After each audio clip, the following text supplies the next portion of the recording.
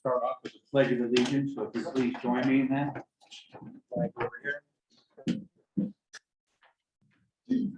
I pledge allegiance to the flag of the United States of America and to the republic for which it stands, one nation, under God, indivisible, with liberty and justice for all.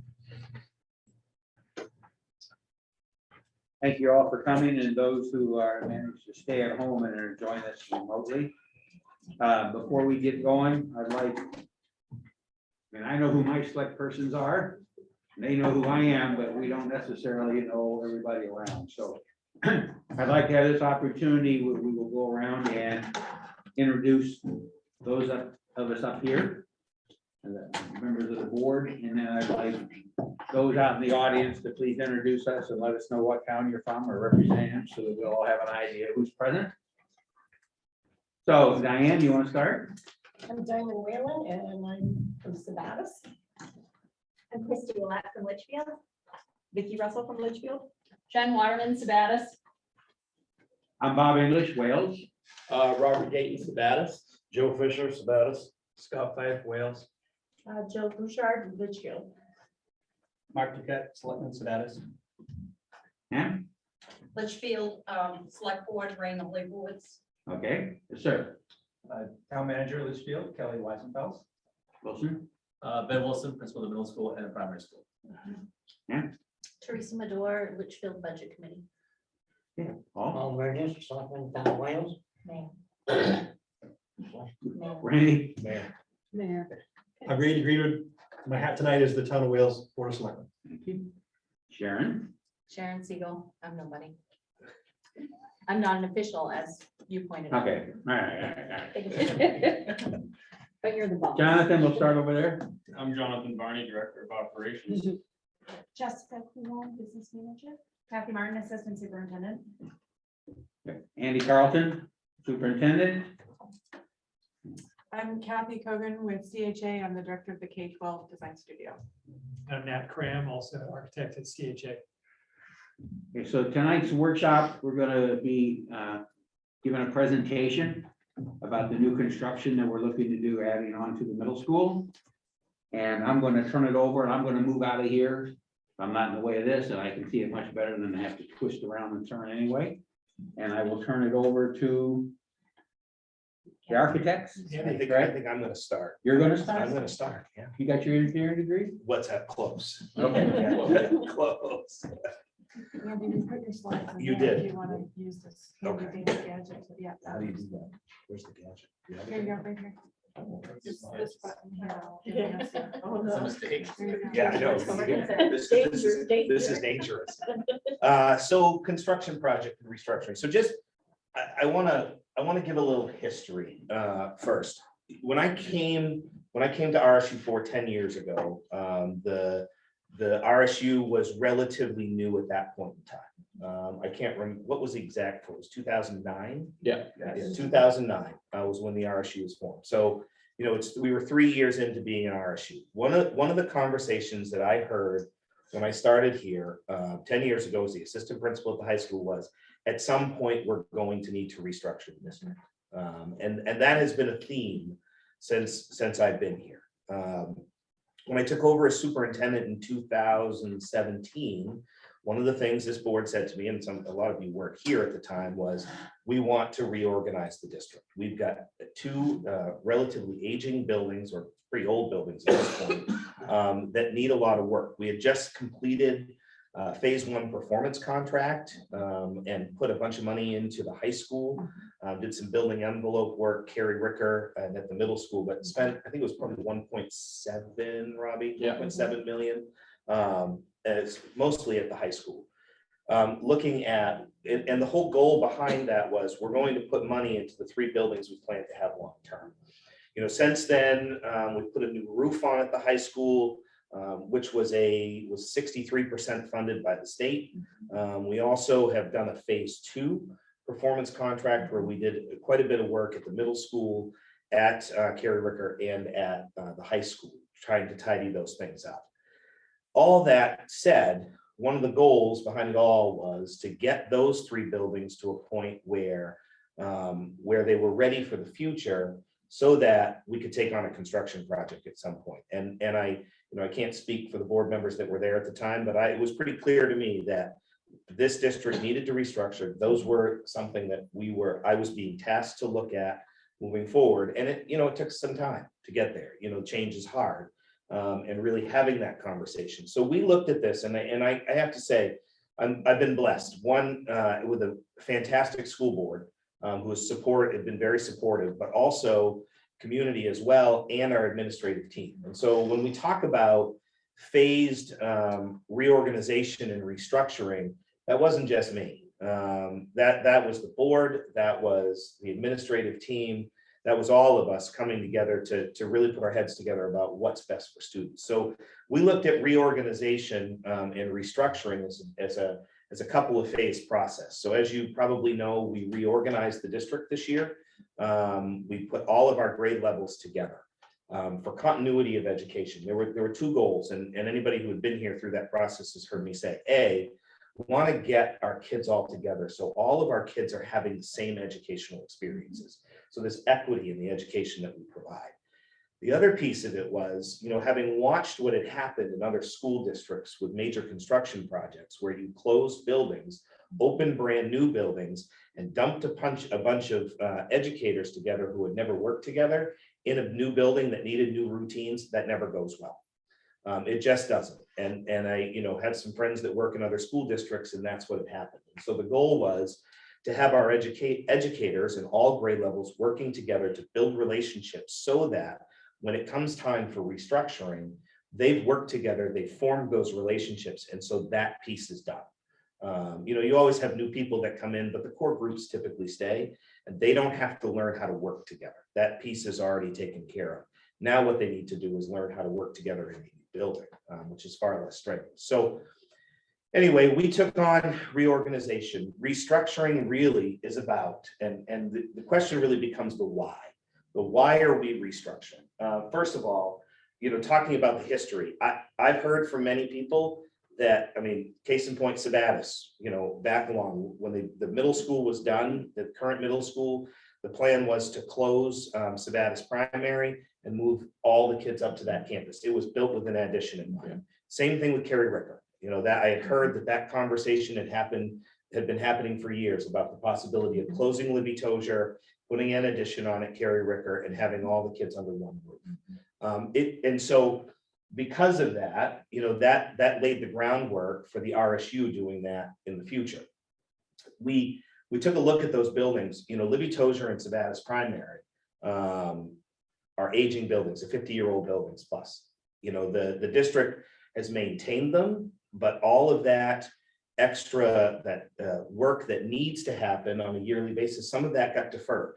And deferred maintenance has been something that school districts and municipalities have done for years, because it's easy when times get tough to cut the things you don't have to do right now. And then you push them down the road. And so that's happened to some degree in those buildings. When things break, we fix them. We take care of them, but we haven't put a ton of money bringing those buildings from when they were built, as far as building envelope, roofs, windows, heating systems, things like that, controls, all that stuff. We haven't done that work. A lot of that work is still original in those buildings.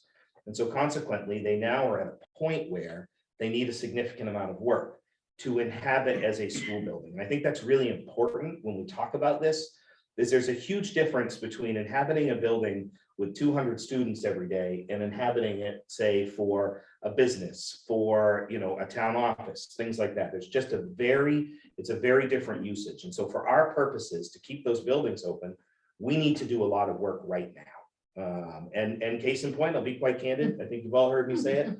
We're going to end up replacing the boiler at Libby Tozier. It is done.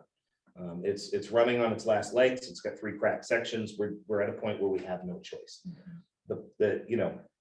You've heard the saying many times, the chickens come home to roost. Well, they're coming home to roost. And the question becomes really, how do you want to spend money? Do you want to put it into 2 aging buildings that are still going to be buildings that are 50 years old when you're done? Or do you want to spend money and build something for the future of these communities that will be with you for the next 50 years? It's an easy one for me to say because that's what I'd want for my kids. But, ultimately, that's where we stand. And so, that's the history. One of the things that we've done as part of reorganization is get all of our kids getting the same educational experiences.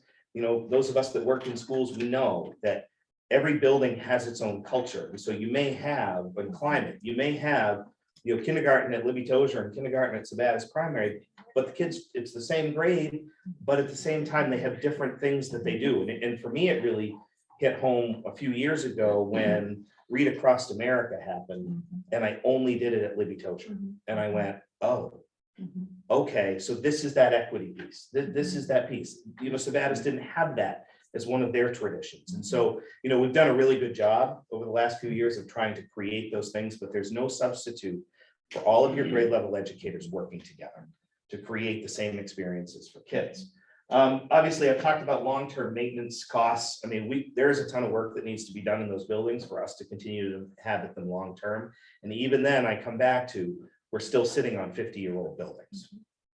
Beyond that, there is a cost associated with operating 5 buildings. I mean, those 2 buildings alone, and I again, this is a number from a couple of years ago. I haven't dug this deep into it at this point, but the operational costs of those 2 buildings, a couple of years ago, those of you that were here when we looked at phase 2, the operational costs of those buildings are about $500,000 a year. So not only do they need work, but we also spend $500,000 a year in operational costs on those 2 buildings a year in buildings that are not efficient. They're not energy efficient. They're not efficient for student movement in the way we work today. I mean, thinking about Sabatis Primary, two stories, at Sabatis Primary with old windows, it's hot. It's not necessarily pleasant. So with plumbing issues and septic issues that we've had, or water issues, all of those things add up in aging buildings. So, there's a cost associated with having 5 buildings versus 3. There just is. Furthermore, reducing the number of transfers among buildings for students. I mean, obviously right now, our kids are making a lot of transfers. They just are. It was really important to get them together.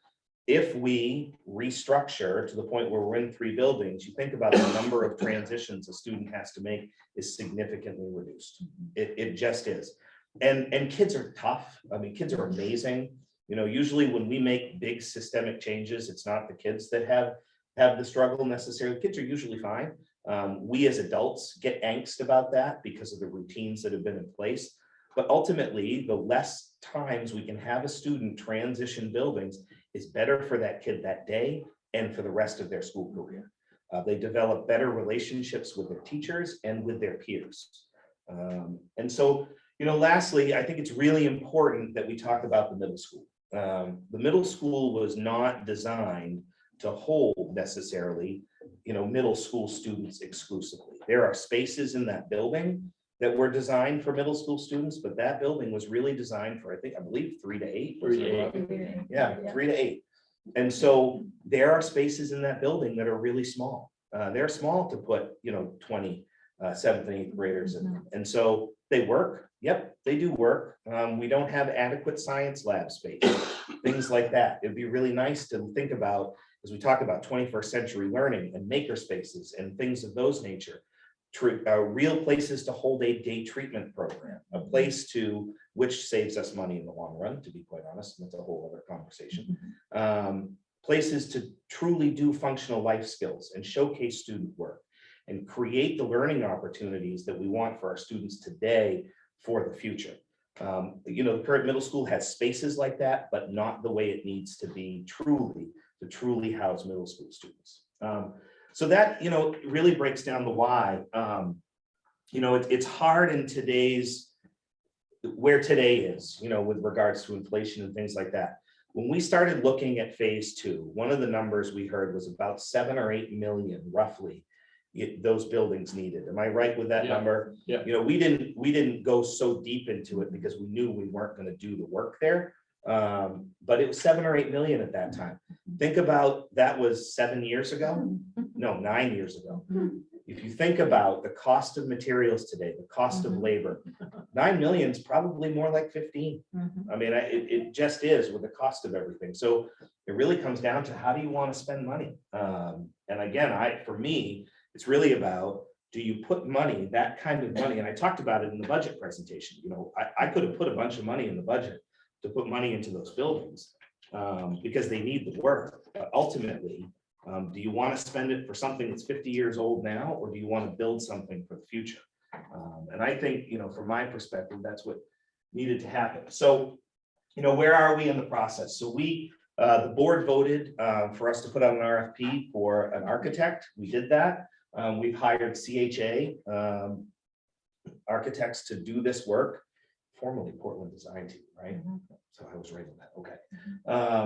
And so consequently, and I will tell you, they've been amazing to work with. For those of us that have had the opportunity to work with these folks from CHA, I had the opportunity to see them do a presentation about a year and a half ago, maybe, at another school district, and was just flabbergasted. It just was amazing to see the work that they do with schools. So that started the process of closing both Libby Tozer and Sabattis Primary and explore building a new addition at Oak Hill Middle School. So, I get this question a lot. Why Oak Hill Middle School? We have 3 buildings I absolutely love. And I love the other 2 buildings. But Carrie Ricker, the middle school and the high school are fantastic buildings. I love them. They all have their wonderful things. They all have their flaws. That's just the way this works. But, so why did we choose the middle school? It is our newest building. It is the building with the newest systems in it. It is the building that was truly designed for an addition. All the utilities were run to the outside wall. Now, granted, the size addition we're talking about changes that a little bit, but it's all there. The other issue is the access to public utilities, city water, city sewer, right on site. I have I'll be honest, some PTSD about water, if any of you remember. We existed on wells at the high school, and that was rough. That was really, really rough. You never really know what a well has. You never do. So the idea of, putting more students in a building that's on a well with a septic that probably isn't big enough to handle the number of students that we were talking about there, it seemed to make sense.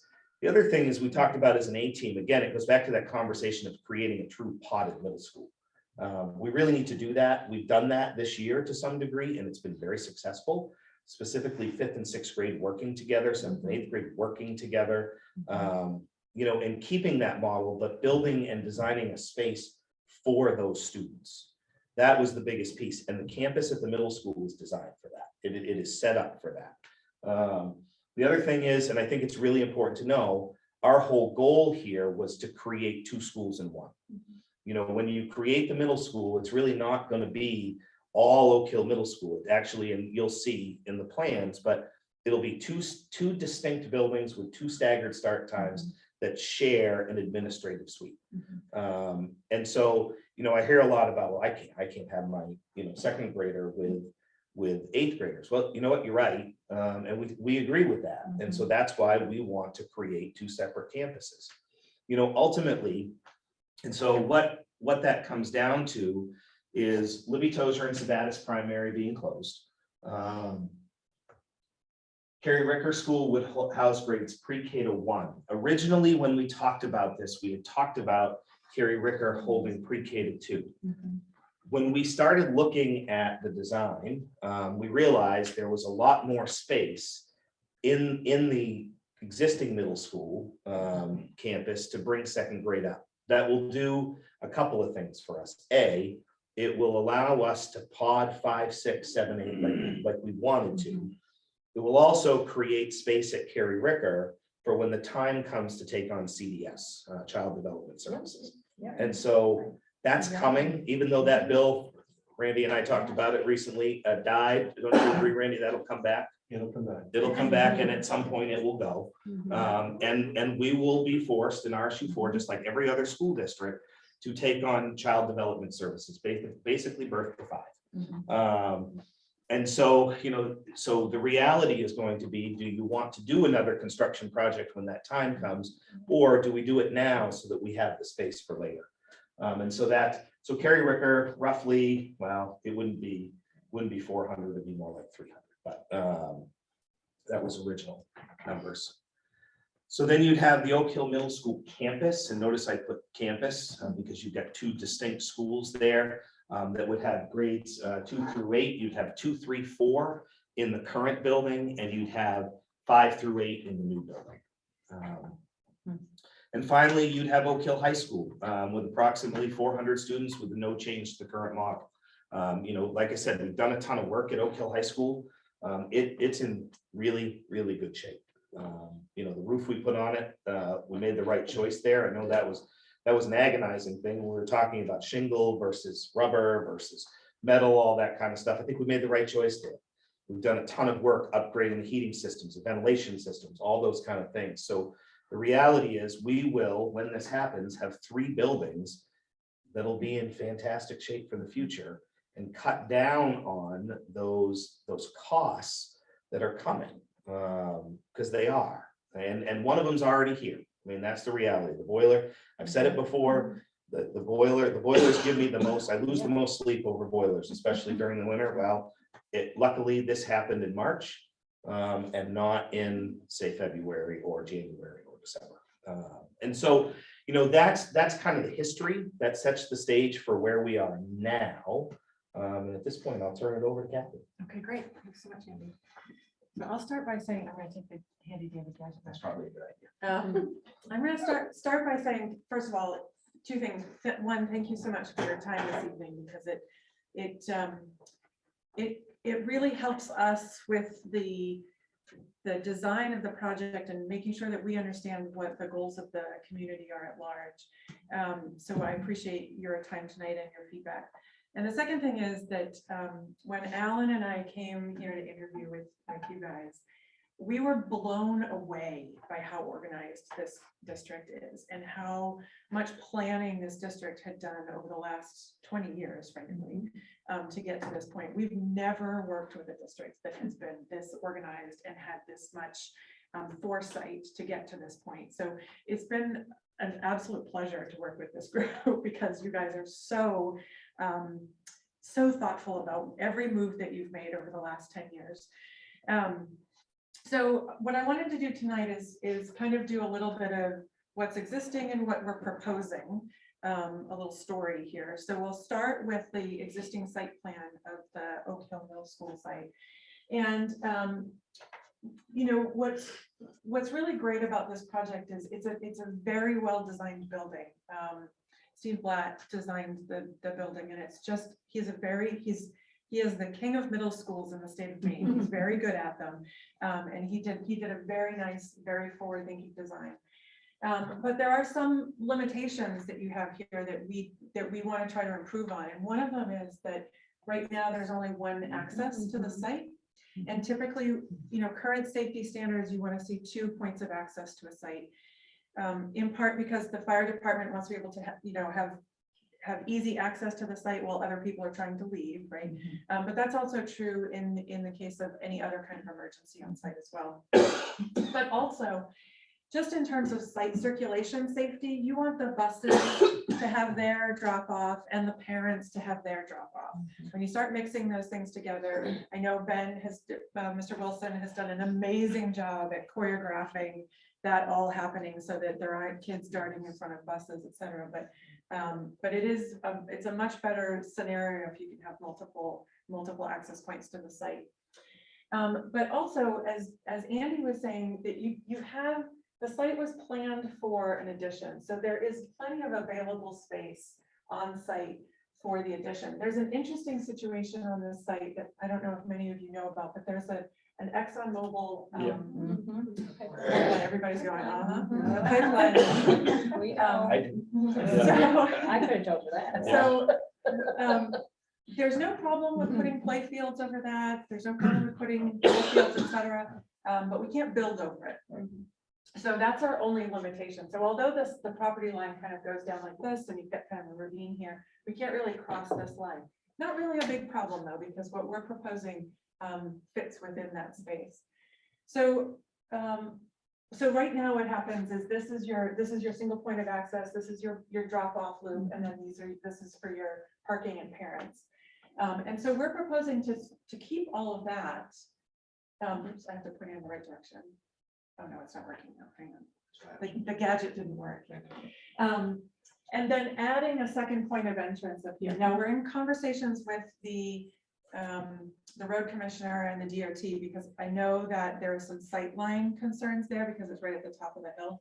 But we're going to work through with them on that so that we can get that second means of access to the site. So we'll keep this as the bus loop. And then we'll add this access point for parent drop off. And that just keeps all that stuff separate, so much safer on the site, right? And then we're proposing that the addition happen in this section here. And right now, what we're looking at is to keep your play fields essentially where they are. There's some good cost savings there. We can sort of squeeze that building in there and still keep your ball fields where they are, not have to rebuild those.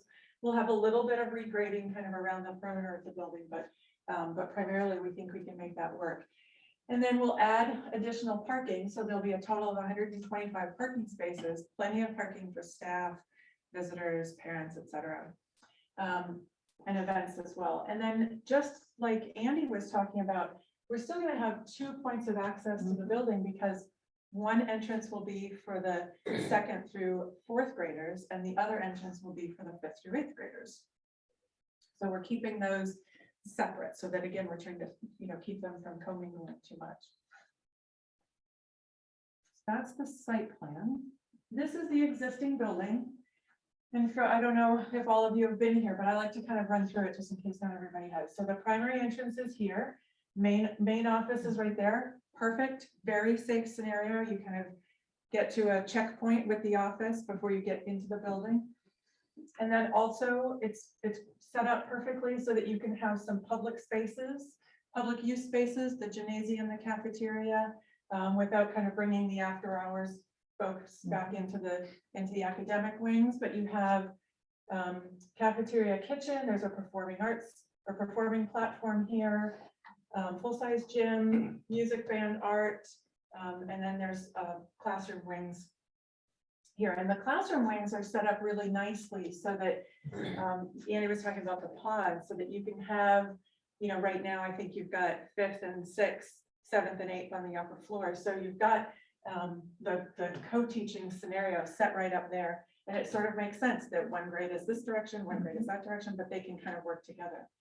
So we've had lots of meetings with Kathy and Ben and other staff in the project so that we can understand, and the kitchen service people, all the food service people, the various facilities folks, so that we can understand what the needs are in the building and how the building functions, and what you're doing currently that works really well and what you want to do in the future, so that we can design something that works for all the things that are working well for you now, and also kind of supports all this, the future of education and delivery in this district.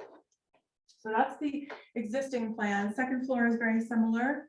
2nd floor, same as the first. The library is on the 2nd floor, some resource rooms, and again, those potted classroom wings. So you can have those, the 2 grades that kind of co-work together. And so what we're proposing is an addition that utilizes a few of the existing spaces. So the key spaces in the existing building that are going to be used to support the addition are the kitchen and probably the library to an extent, although we're still in talks about how that's going to work out.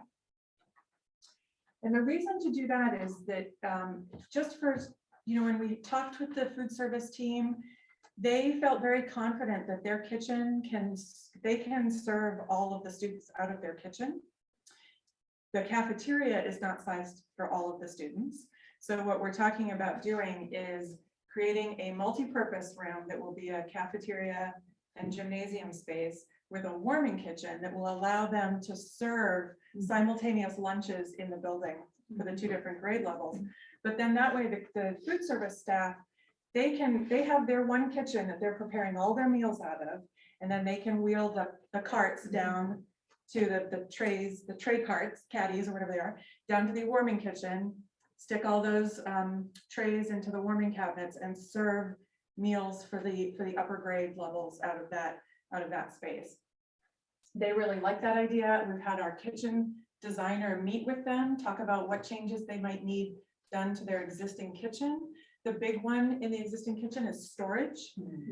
They don't have enough freezer, cooler, and dry storage space. And so that is a relatively straightforward fix. We'll blow out the existing refrigerator and make that all dry storage, and then add on to the building to have a larger refrigerator freezer unit to support the whole population for both breakfast and lunch. So similar to the existing building, we'll have a main lobby, a main entrance, again with a checkpoint at the main office. And then your multi-purpose room, that'll actually be a middle school sized gymnasium with bleachers. Right now, that's what we're looking at, so that it can be used as a PE regular sized gymnasium, but double duty as a cafeteria during the day.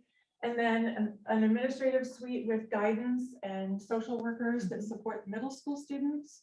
There'll also be a nurse suite there. So we've got 2 nurse suites, one in the lower grade wing, and then one in the upper grade wing. Doesn't make sense to try to have one nurse bouncing back between the 2 spaces. So we had a long conversation about that, and that was definitely the way that you guys wanted to go. And then a more appropriately sized music room for the middle school music program that will include instrument storage and an art room for the middle school program as well. Plenty of storage. And then the classroom wing, and like Andy was saying, the classroom wing is set up so that we can still do that podded co-teaching scenario. So you can have 5th and 6th grade, 7th and 8th grade, and there'll be dedicated science classrooms for each of those 4 grades. So the other thing that Andy had mentioned is spaces for life skills and day treatment. So one of the things that we heard from the district is that day treatment is something that, looking forward, again, this district has been so good about looking forward. Day treatment is something that you want to be able to offer in district because it's so expensive to send out of district, right? So now's your opportunity. If you have the space, you can offer the services in district. So we've been working with the special ed director to understand exactly what those spatial needs are. We've got those allocated.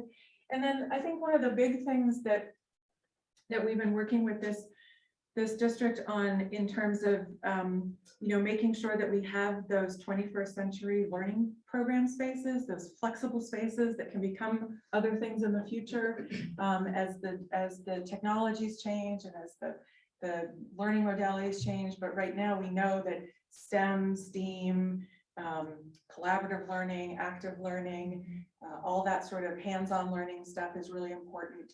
And it's a big part of your curriculum. So we have dedicated STEM and maker spaces also in this layout. So that's the first floor, and then the second floor, again, similar with potted classrooms and dedicated science classrooms, as well as your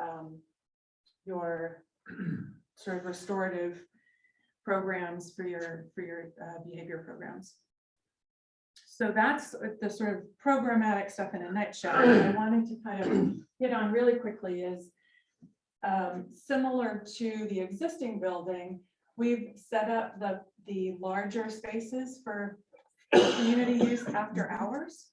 So the idea being that this lobby can still be accessed after hours for this multi-purpose room. There's a group of public bathrooms that are available, but then there's a cross corridor door system there so that can be locked off, so that you can have it open for rec or after school or events or whatever, PTO, whatever you need. And then you can still keep the rest of the access to the building secure. And I think that's important. It's common, and it's great to think that you guys now would have 2 of those spaces in one building that you could do that have the same kind of security setup. And as I mentioned before, 5th grade, 6th grade with science, dedicated science for each, maker spaces, and this is sort of like a shared kitchen collaborative space. One of the things that we've talked about with the special ed teachers is the idea that the life skills program often uses kitchen, but day treatment would like to use kitchen. Maybe the language teachers might like to use the kitchen, right? So if you pull that program out of the life skills classroom, the life skills students can still use it, but so can all of these other teachers, other programs. So it makes that space have a much higher utilization rate, right? And also makes it much more accessible to other staff when they want to do specialized programming there. So it's a very cool idea to do that. So that's the second point. All right, now I'm going to hand it over to Nat to talk about the exterior of the building and sort of the massing of what we think the building will look like. Great, thanks, Kathy. So we've really enjoyed getting to know this building and appreciate how well it's been loved and cared for. When we walk through the building, we're amazed that, wow, this looks like it probably did close to when it was open. You guys have done a great job caring for it. And we really want to extend that and build it out of materials of similar quality and durability. They're going to last you guys a long time and serve very well environmentally and performance wise, so that it'll be a comfortable space and well loved as much as this building has been. So what we've done is looked at it from the exterior massing and aesthetics and proportions, and we really appreciated the way that it's been broken down with these brick elements and then pushed back with the metal panels and creating this nice sense of entry, the covered entry. And what we've done is, you'll see the next image is done a little sketch to see what this might look like as we expand it over to here. So when you come around the driveway, you'll see this is where the new addition would go, and would attach on to this doorway right here. So you come through the hallway out through those doors, and this is where the building would be. And here is a quick sketch to get an idea of what the massing and feel of it. And what you'll see here is a similar idea of the brick exterior with some areas shown as the green metal panel. This is the administrative wing here. So you have an entryway, which is a little bit taller in scale for the larger kids. Still providing that covered sense of entry, keeping the rain and snow off that area. And a lot of glass, increasing the visual security for the staff inside, seeing what's happening on the outside. And then it starts to step up in scale over here to the 2-story wing where we have the academic space.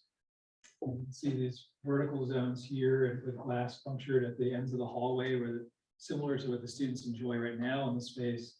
They have a lot of glass in these little open areas to congregate in between classes. So we want to really pick up on that idea here. We have one more sketch showing it kind of zoomed out a little bit, see what it would, the overall composition would look like.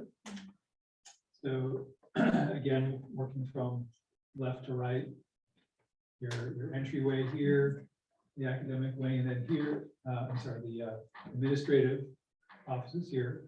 And then what you see back on this area is some clear story windows to bring light down into the lobby here. So as you're in that lobby going in and out of the multipurpose room, the gym, you have light coming into that space. And then our corridor going, connecting between down into the classrooms, you have light coming in those windows. So it'd be a very light filled corridor, not feeling like you're trapped inside the middle of the building. And then we have a little knuckle here, which is a little collaboration space that opens out to the backside with views that can be used in lots of different ways for impromptu meetings or different space for classes. And then this is where the stairs are, and then the little openings at the end of the corridor. And then these are the classrooms marching along a regular pattern, very similar to the way the windows are formed in the existing building. Anything else I'm missing, Kathy? on that? No, I think you hit it. I think Okay. you hit all the high spots. So what we'd love to hear from you are sort of first of all, any questions or concerns you have about what we've presented. And then also, I think what's really helpful is if we as a group who are, later this year planning to put this out to referendum, what you think some of the challenges might be, what you think some of the things might be that will help the project succeed. It's really useful for us to hear from you what you think will make the project successful. So we'd love to know that, and I'm going to take notes. Any questions? Does anybody have any questions? Yes. Yes. So a couple of things. Can you educate me as to what size-wise the difference is going to be through the current gymnasium to this multi-purpose space that you're talking about, that would also be a gymnasium, but how is it going to be comparable to what's already there? Yep, so that's a great question. So there are a couple of things that it won't be a competition gymnasium. And that's probably because a couple of things. One, it'll still have 6 backboards. We'll probably put 6 backboards in so that you can have plenty of PE space. And so that you could run a rec program in there. One of the challenges that we're going to have in there, and maybe it can be a competition. We haven't sorted all that out, but with this being the warming kitchen here and one of your backboards being here, we'll have to make sure that we have enough safety zones there we won't be able to put pads up on the wall behind that main backboard there. So we haven't fully developed that yet. We also haven't fully developed whether that's going to be a wood floor or a sports grade That flooring. was going to be my next We question. don't know the answer to that question yet. I can tell you feedback, and anybody who's had kids in rec, Robbie in particular, utilizing Sabatis Primary School was a nightmare because of the flooring. It's tiling, it's a Kappa gymatorium. There is no traction, and there's not a lot of additional space away. I will tell you that the rec programs have a high amount of participation. In terms of Sabatis and Wales, and then having Litchfield join a lot. I think if we're gonna do this, we need to do it right, and we probably should make that as much as possible to be available for competition as well. Okay. Because quite frankly, if we're gonna spend money to build this, I think we need to have the foresight to be able to say, we built this big enough so that all of these things can happen. And if we shortcut, and I understand like flooring wise, but if we don't utilize that space for truly all of possibilities, then we're not making smart decisions. Okay, great. That's excellent feedback. Thank you. Yeah. The other concern I had in question was a library in the middle school. Yep. And having gone through a whole bunch of fun this week, then quite frankly, we need to have a space that is dedicated for 5th through 8th grade that is a library space as well. It's essential for all students to have that access. And I think it's appropriate to have the library space for the younger grades over where it currently is now. But we need to have some space dedicated for a library for students in the middle school part also.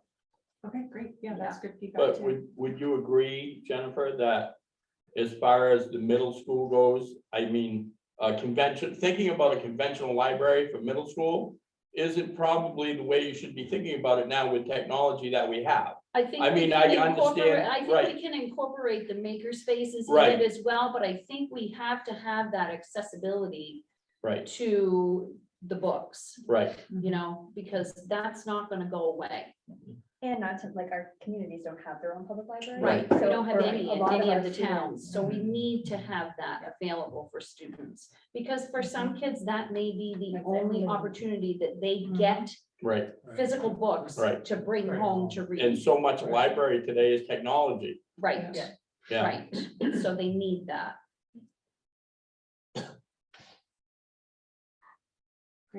Yes, please. Well, I was looking at this, seeing the gym and cafeteria together. How is that gonna work with middle school when they have lunch? Then they can't have any of their gym classes. Right. So I that's a was concern. Wondering about that as well. Yeah. Yeah, that's a programming thing that I think, I don't know if Kathy and Ben have sorted that out yet exactly, but that is something that will need to be thought about in terms of sequencing of when specials happen. Because right now it's about as primary. They have to serve lunch in there, so they can't have gym during that class. Right, yep. And then you gotta pull tables out if you have a really nice floor, like, you know, the wood Right. floor, that's right. That can cause damage to your floor as well.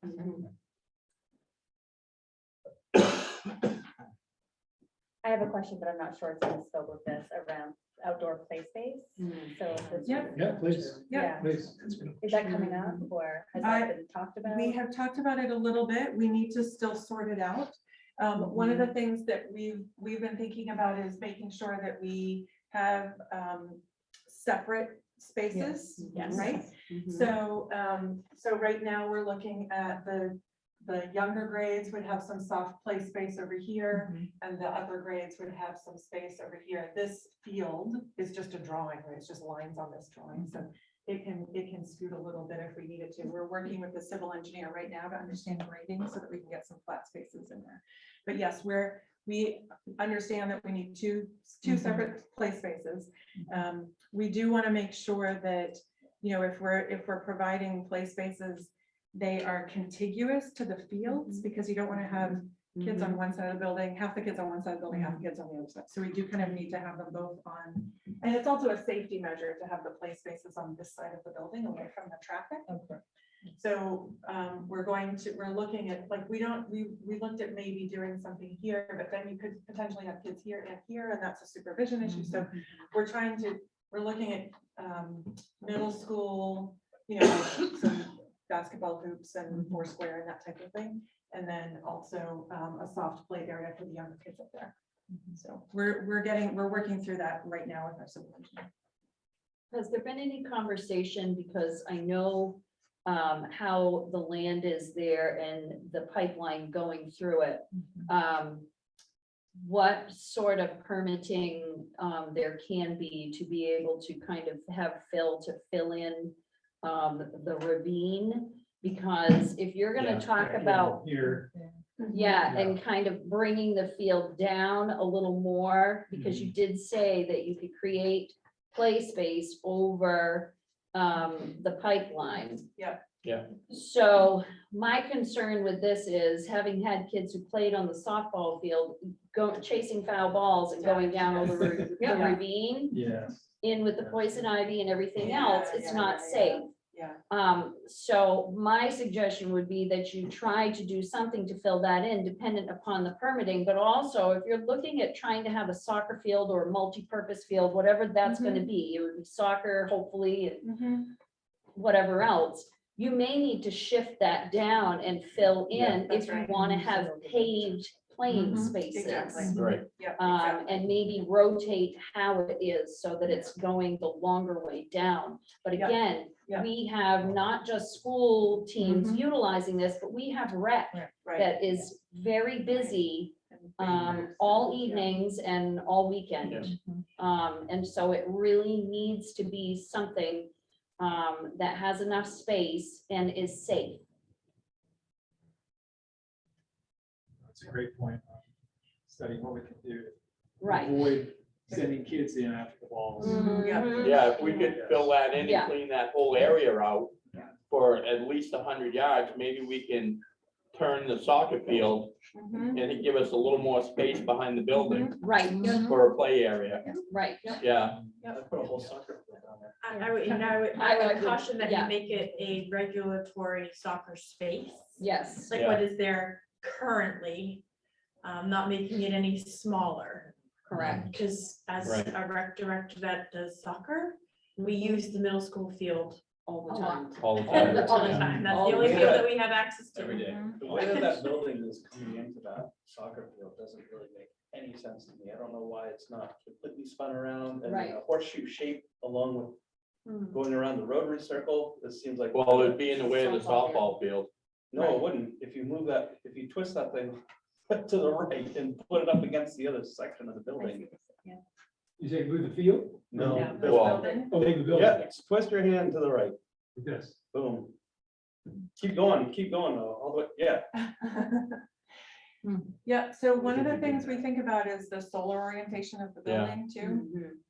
So we're very conscious about, minimizing heat gain in those classroom wings, because that's an energy conservation measure. So we have the classroom wings in particular oriented so that we'll minimize heat gain in those classrooms, but, and we did look at, could we spin it around this way, but, we are trying to keep as much of the existing field. How as much possible. property do we have? down We have a lower? pretty substantial side right there. I mean, you could This is make a step down quite section low. and just have. Yeah, steps. but it's low. It's very, very low. Yeah. So right now, the They'd building have to already fill in a steps. lot. It steps Yeah, it a goes down a lot. total of A lot. 3 feet from the existing building. We're stepping the existing building down. And this down here is quite the ravine. Yeah. Yeah, it is.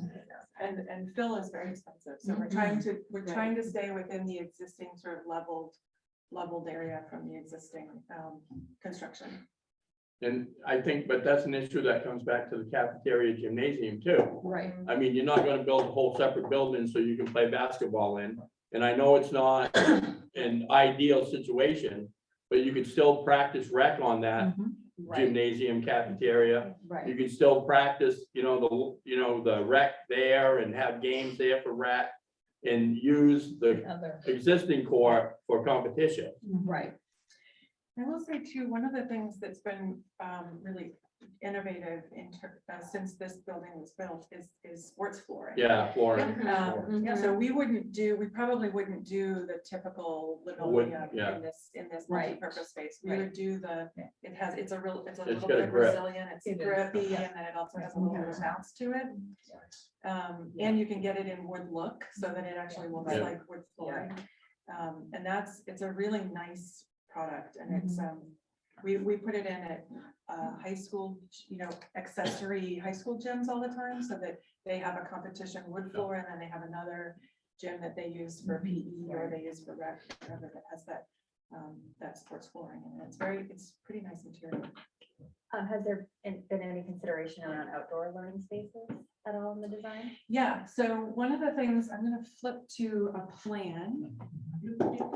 This one right here. So one of the things that Nat mentioned that I did was this, not what he called a knuckle space here. And this space it's part of the corridor, but it opens up into a little bit of a gathering space, so informal, maybe you can get a whole class in there, maybe. It opens into the maker space, so the maker space can be part of it. But we're also talking about this area being paved so that it can open out to an outdoor classroom space as well. Yep. Great question. Yes. Are they going to do anything to the existing building? Yeah, so right now, the scope of work for the existing building is to make the connection here. And then to do a little bit of renovation in the kitchen so that it can support the larger school population. And that would include, we haven't exactly figured out where the freezer cooler goes. They have a nice window here that we'd like to leave for them if we can. So we need to kind of figure out exactly where that freezer cooler goes. But then this cooler would go away, and we would make all of this dry storage. That right now is the only scope of work that we're planning for the building, the existing building. The rest, Air conditioning. oh yes, oh right, thank you. Yeah. Air conditioning, that's the big one, that's right. Yeah. That plus a little bit of air conditioning. no big deal. Right. So we are looking at doing air conditioning in the existing building in the spaces that aren't currently air conditioned. And then everything else will be sort of programmatic changes, because obviously we're putting a completely different set of grade levels in there. So it'll be a little bit more of like Tetris of rearranging the classrooms. I mean, I think that you guys have done an amazing job this year of getting the 5th grade into that building and taking over some spaces. It'll be nice, I think, to free some of those spaces back up so that they can they can function as your, you know, your 2 through 4 STEM spaces and your maybe there's another day treatment area in there as well for the behavior programs for the younger kids as well. So reading recovery, all of that stuff. You've got a lot of support spaces that you have space for in that. Diane, we'll have to just bathroom work. I was just gonna ask. I was gonna say the toilet size. Toilets, Yeah. Shrink the toilets. Yeah. But I, we that's see that with, when we do before or after care, Yeah. before in the summer. Yeah. Yeah. What I was thinking of is that empty space in the back of the building. That would be great for some outdoor classrooms. This backyard? Yeah. There's current gardening, the gardens are Yeah. there. Right Right now, there? and there's a greenhouse. Yeah. I haven't walked back there. but- Yeah. Yeah. Is there some sort of access road to the back of the buildings? Because Yeah. I'm seeing like everything in the front for everybody else, Mhm. but I'm wondering if there's going to be something there for emergency vehicles. too. Yeah, so existing right now is a roadway that goes around to here. Okay, And what we'll do is you kind of start to see it here is we'll provide access back around this way as well. as Yeah, part of okay. it. Yeah, good, so they'll be able to get around either end Yeah. of the building. good. And we need to have some additional meetings to make sure we get all the fire hydrants they need and connections, et cetera. Mhm. Fire hydrants, Mark. Yes, I was actually gonna come up with the sewer stations too, but Yeah. we'll wait Yep. till you guys are ready. Is there, what's the increase in population for the students? You'll be getting about 300 more. Is anything consideration about upgrading that sewer station? Yes. Yeah. And we'll be at least adding another one or upgrading what's there, Because yes. I work for the water and sewer, that's why. Yep. Yep, and we'll need to put I think we're looking at putting another water entrance into the addition as well for fire, for the sprinkler pumper. Yep. You had a question? Did you have a question? No?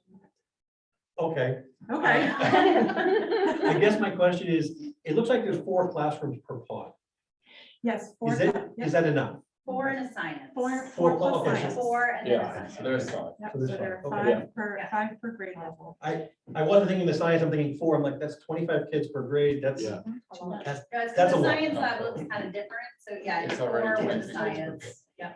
So, and then, you know, in following suit from the last 20 years of planning that this district has done, one of the things that we're looking at is making sure that we design the building in terms of egress and firewall and fire protection, et cetera, so you can put an addition on it again.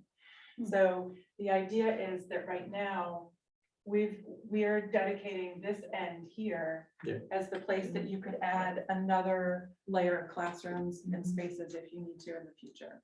So we were just looking today actually at how where the firewall needs to be and making sure that we have enough stair egress and all that, so that if you need to add classrooms in the future, you don't, we're trying to minimize what you have to add on to the building. So the idea would be that you can, slap 4 more classrooms onto the building if you need to, and have the rest of the building function the way it needs to, so. But in reality, we can't really, like, you're very limited as to what you can actually put there because of the current pipeline. Yeah, you're quite a ways away from the pipeline Okay. there. Yeah, the pipeline is. And Yeah. it's showing. Yeah, Okay, You've got room at least for 4 more. yeah. We Okay, pulled good. the building back so that we would have room. for Right, the addition. okay, good. Mhm. Mhm. Yes. I'm not sure if this is part of it, but what are they doing with the road? Because that road is narrow coming in. And it's really difficult for kids that are coming out of school. I live on the next street just off there where your entrance is gonna come out, where your new one is across there. And it's dangerous. Kids are jumping up off the side of the road. There's no sidewalk or anything. And there's no light there to really make you aware that the school there's a little hill that comes up right before, and then you're right on the entrance, and Yep. And at it's 7 dangerous. AM, traffic's backed up almost to that. Yeah, I can't get out of that Yeah, street it's- at all. Yeah. Up to here. Yeah. Yeah. Well, I'm hopeful, two things. We don't have all that sorted out yet. We're still working with the DOT on that to see, exactly what we need to do at that entrance to make it safe. And the other thing is that I'm hopeful that by separating the parent drop off from the bus drop off, that will hopefully reduce some of the congestion in the roadway. You don't think so? I don't think buses are gonna be able to get through. You don't think buses will be able to get through here to come there? Right, because parents get there really early and with pickup more so than drop off, like parents show up half an hour to 45 minutes early to be first in line. Oh, yeah.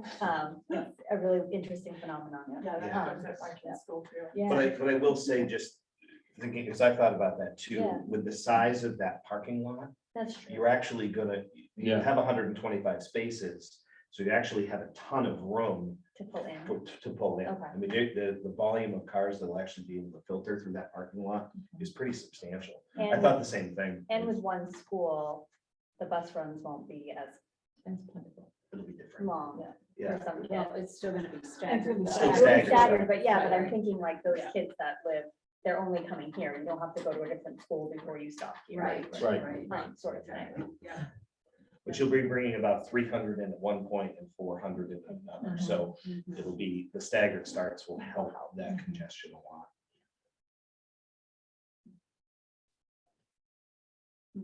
Any other questions, comments? So now the question that I mentioned before, what do you think are what do you think are the things that are going to be hang-ups for this project? And what do you think are gonna be the things that help us get it, help make it successful? For those two, anybody have any of those? I always, that's a good question, Yeah. because you guys might have different ideas about what you think the hangups are gonna be for a project like this versus what you think might help get the project. And that's why we invited you here tonight, was to hear those comments. Yep.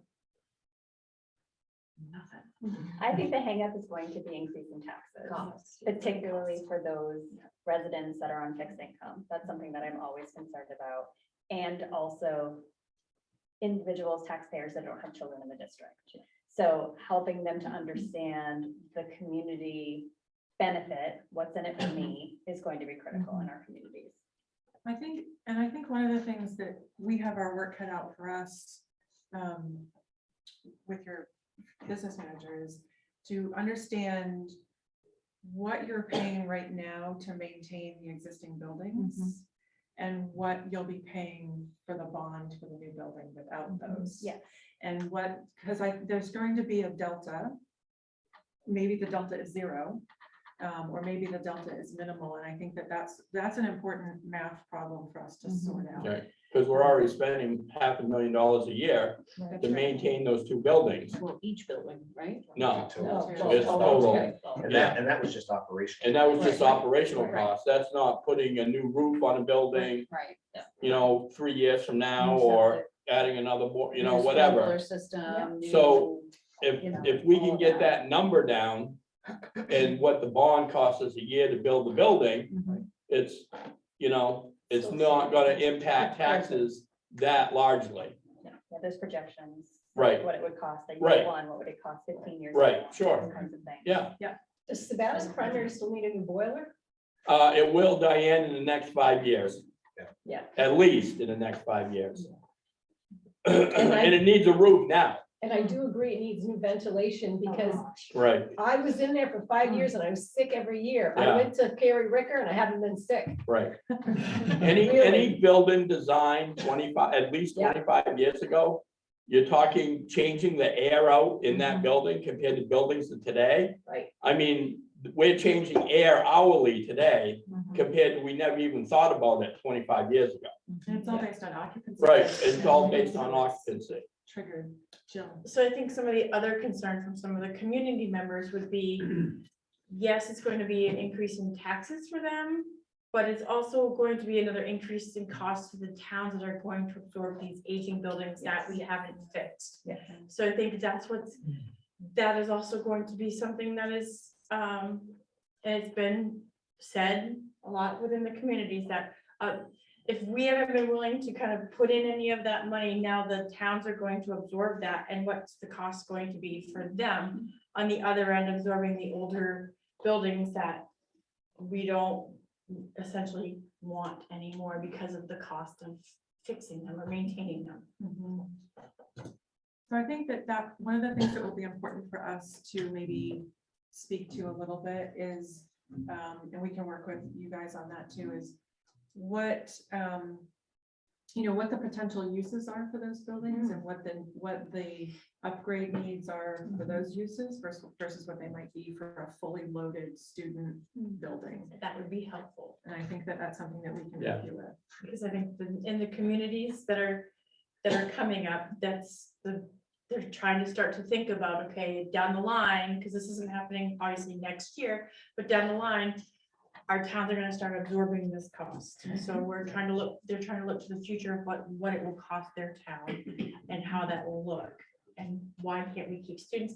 I'm just thinking that might be helpful to persuade some of the community Has members. there been conversations about how those buildings might get used in the future? There's been Some chat. Yeah. there's been some chatter. Some chat, Yes.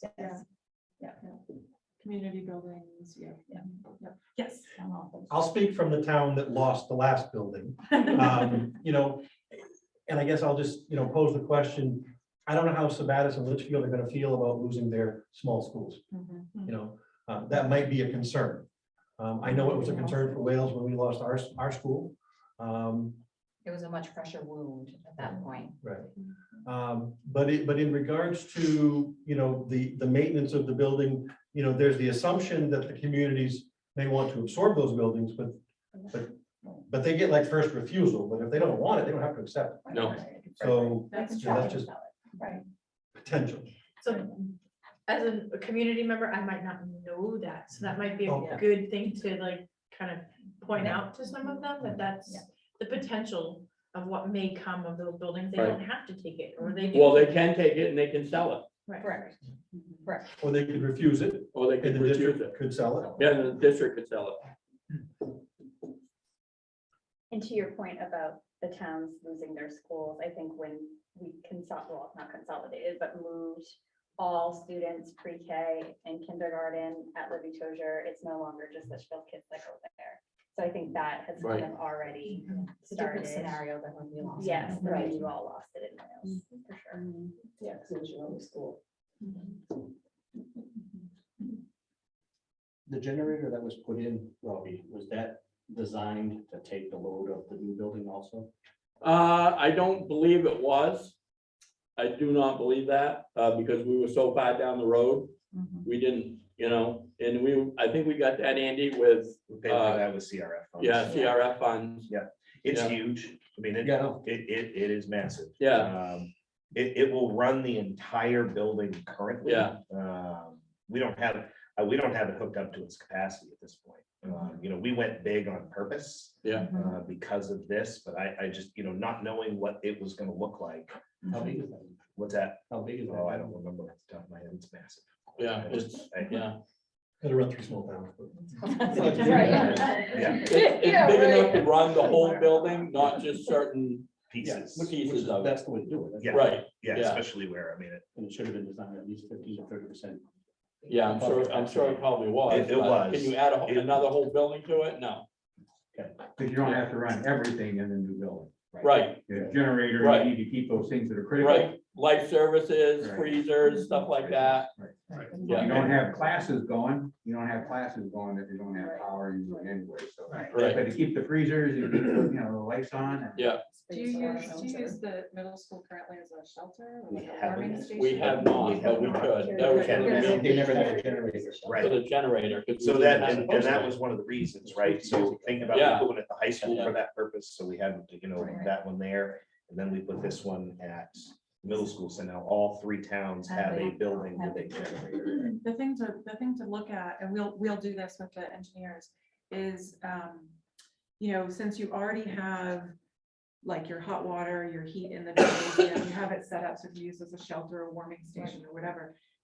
Can we just add life safety Yeah. and, you know, the pumps and Right.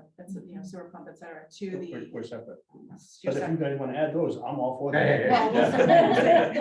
Absolutely. That way we don't have to go up there. It depends on, you know, it depends on what we have to get where, right, you know, but, so we'll look into that and see how much of that stuff we can add to the existing generator, or if we need to add a generator just for those things in order to keep the existing building functioning the way you have it currently set up, so that it can be a shelter. Yes. You had mentioned when we had the roof done at the high school, 63% was funded by the state. For this referendum, will it be all taxpayer supported, or will the state be helping out? We're not in a place for state funding at this point, as far as like a state funded school construction project. And you know, we'd probably be 25 years away from that, easy, if not more. And so, you know, looking at SRRF funds, you can't really tap into SRRF funds for new construction like this on this scale. But there is an infrastructure bill, the infrastructure money that's coming, that we'll take a look at. Also, one thing to consider, and we can talk about this a little bit more too, is the SRF funds could be used for like your bathroom upgrades in the existing building, your changes in the existing building. The SRF funds work a little bit differently. You bond it and then get reimbursed for it, so it's a little bit different, but. Yeah, you bond the whole thing. So like with the roof, we bonded the whole thing, and then the state kicks in 63% to the bond bank. And that's based upon your receivership. Yeah. But that could be something that you could factor into the project. Or it could be something that you don't count on and you could benefit from later. Historically, they've offered the revolving renovation funds every year. They had a huge hiatus where they didn't do it for like 3 or 4 years, and then they just did it 2 years in a row, and they might come out with another application. We don't know. It's a little bit sporadic. And the referendum, when were we expecting that? We're looking in August for that. And you think the figures and everything will be ready based on a lot of the things that are still in progress? I think we'll be. Yes, we're working with our cost estimators starting next week or the week after next to do cost estimating, and then I'll work with the district to build a budget. So we should be able to do some fancy math starting in June to understand what the cost impact will be, mill rates, et cetera. And I don't know how many voters turn out to the August referendum versus a November type voting. So that's a good question. We also are thinking about when we can start construction. So it takes us about a year to do contract documents. We can probably do it in a little bit less than a year, which would get you starting construction in the summer, which is ideal for trying to get foundations, et cetera, into the ground. So you're not paying for winter conditions. You can save some money that way. If you don't do the referendum until November, then you're not starting construction until the following fall. And it's more difficult to get your foundations. And So- not only that, looking at the bond, being able to go out the bond. If we do it in August, we can put in for the bond, if the project is accepted, we won't have to wait for another whole bond cycle in order to come on board. That was just one of the questions raised by some of our community Yeah, members. sure. Like, why is it being done in an August versus when most people will turn out to vote? Yeah. Well, it's not nefarious. It really is about construction schedule, conditions, what you want to pay. Look, we don't want you to have to pay for winter conditions if we can avoid it. And then the bonding, because then you'll have less of a ban, right? Right. You won't have to take out a bond anticipatory note for as much Right. time. If you can scoot the bond up a little bit sooner. So I think having some answers for things like that, little bullet points like what you had. Yeah, So those are concerns that people might think there was something. that's great. Why is it being pushed? That's great. And I think one thing that we should talk about doing is like an FAQ. Yes. We can pull together an FAQ with answers. You can post that right on the website so that people can have that at their fingertips. That's And- great, thank you. The referendum, what is it asking folks? Um, Is it to asking folks to close the school, or is it So- asking, is it double, like? It's a double. Okay. So one of the, what's different here. So when the RSU closed Wales, the Wales school, it was due to lack of need. Right. And so the district didn't need to do a construction project or anything like that, close the school, assimilate it into the other buildings. So because of that, that required two different, it required a vote of the board to close the school. And then it required a referendum of the towns that send students to that building. Because this will, and that's what I thought we were going to have to use for a process here, but I had a long conversation with the attorney a couple of months ago. And because it's not lack of need, because it's due to a construction project, the approval of the construction project is the approval to close the school. So it's dual purpose. So that's helpful, I think. Yeah. I don't think people even know what they're gonna be voting on. Yeah. They just know that there's a referendum coming, but have no idea what it's gonna be asking of them. And that was learning for me, because I had always thought there was just that lack Yeah. of need process, and there's not. Okay. It's built into the law differently. So what would the anticipated opening be of the new school? We were okay, talking. so calendar math. Yeah. 2022, 2022, 25. That's what we thought, 25, September 25. Yeah.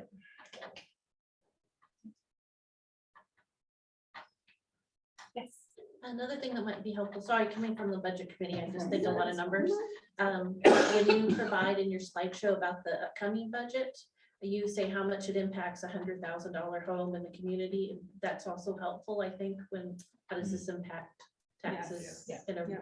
So we'll work through the mill rates on it, and we'll have that information as part of the public meeting before the referendum. I just think with the FAQ section, all of the pieces that we have been asking about, the one vote is going to cover all of the closure as well as approval or non-approval. There was something else that somebody said too. It'll come to me, but having all of that information and being very transparent about it so that if people have further questions about it, I think, who they can contact. I think that's a great idea. One of the things that we have done in the past that's really helpful is to have an FAQ and then also have a portal that people can enter questions in. Yeah. Because often, and then we can add that to the FAQ. Yeah. So that's it. We'll work with the IT team to kind of create that on the website. Yeah. Anything else? Such great feedback today. Thank you all so much. Really good, thoughtful questions. I would expect nothing less of this community. You guys are so on top of it.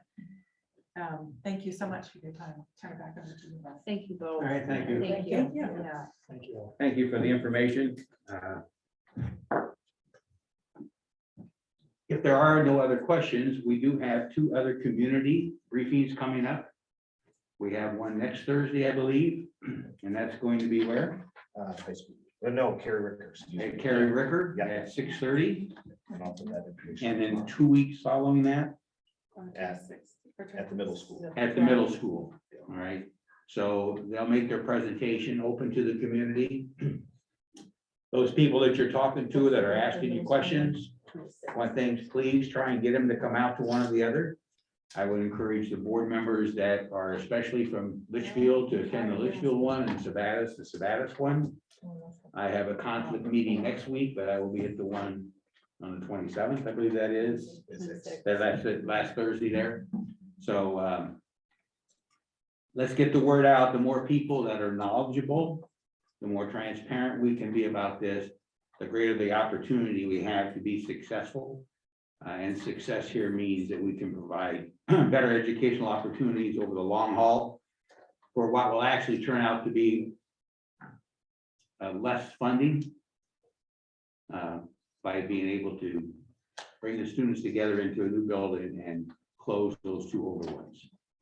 So if there are no other questions, no other comments, I just, is there any other feedback that you think we need to hear?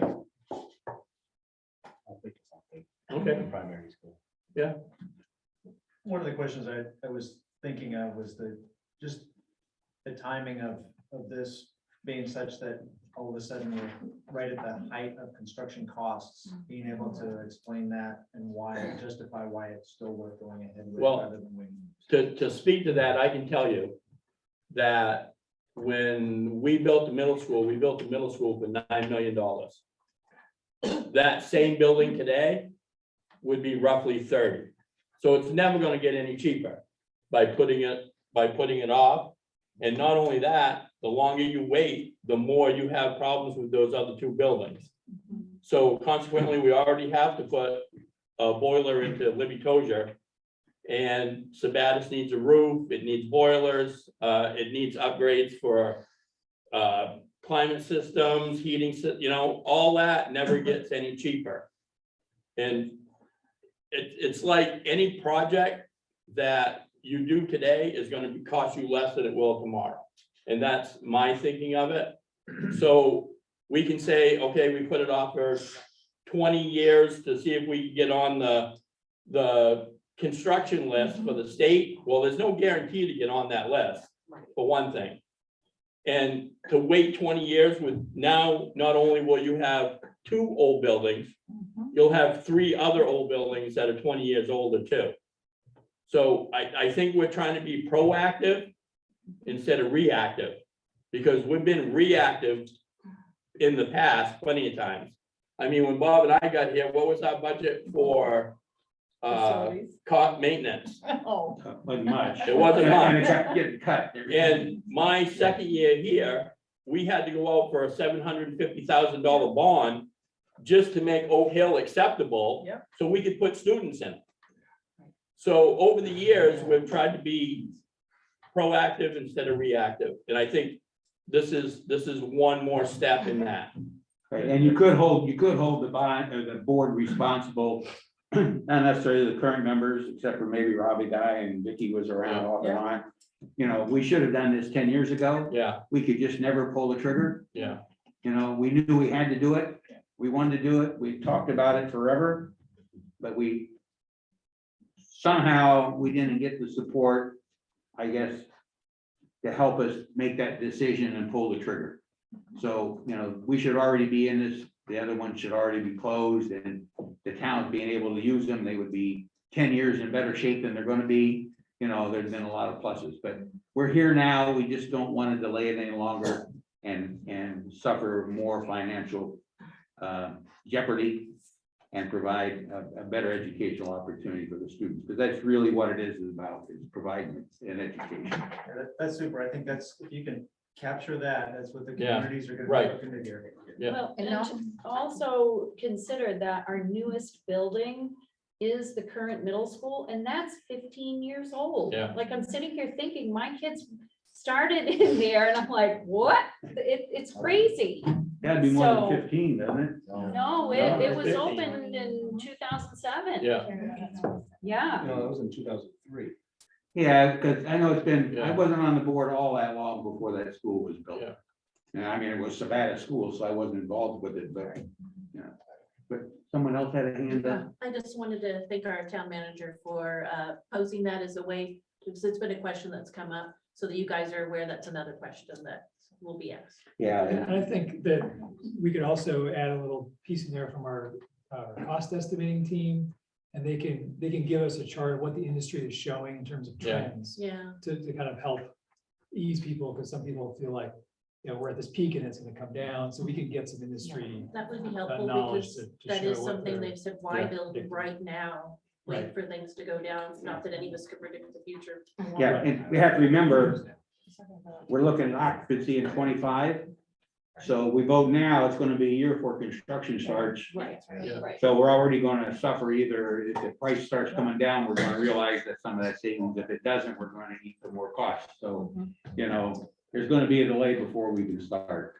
And to add to that, to your point, Robbie, knowing the legislature and how they're working and Yeah. things that are coming down the pipe, code requirements are not gonna get any easier. No. And to build now under the codes that we have Yeah. before they start. Well, for a simple fact is, I can speak to that. When we put the roof on Oak Hill 2 years ago, we had to upgrade the roof trusses that cost us an extra $300,000 because the roof we were putting on, because it was such a large area, didn't meet existing snow loads today Yeah, right. as when the roof was built. So we had to add roof trusses, we had to add support, we had to add all that stuff to put a roof on Oak Hill. Right.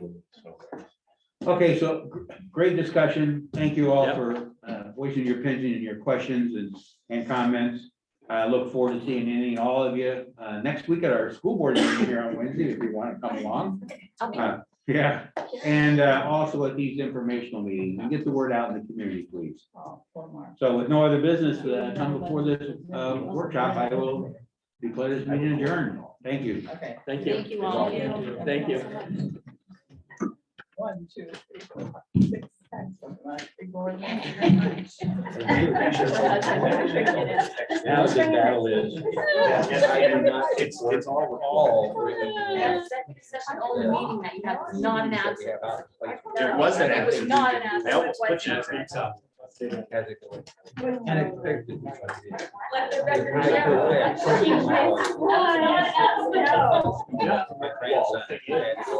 So much higher to fill that bank. Support that he needs. For us to hire those people and bring them in. Right now.